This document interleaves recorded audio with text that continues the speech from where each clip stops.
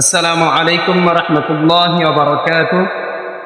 আমার বিভাগের একজন ছাত্র মোহাম্মদ শরীয়তুল্লাহর কণ্ঠে আমরা পবিত্র কোরআনে কারীম থেকে একটি তেলাওয়াত শুনব ইনশাআল্লাহ।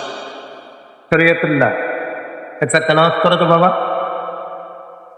السلام عليكم ورحمة الله وبركاته. ওয়া আলাইকুম আসসালাম ওয়া রাহমাতুল্লাহ। أعوذ بالله من الشيطان الرجيم.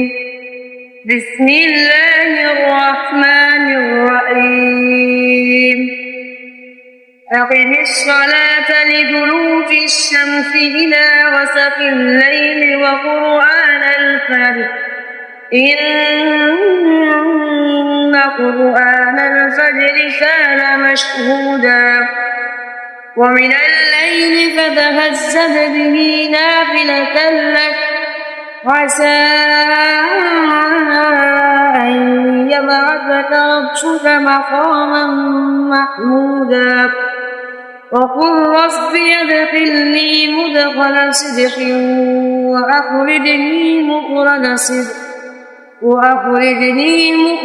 صدق واجعلني من لدنك سلطانا نصيرا.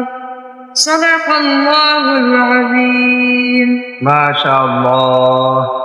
আরো কে কোন পারা থেকে তেলাওয়াত শুনতে চান অবশ্যই কমেন্টে জানাবেন, ইনশাআল্লাহ সেই তেলাওয়াতটা দেওয়ার চেষ্টা করব।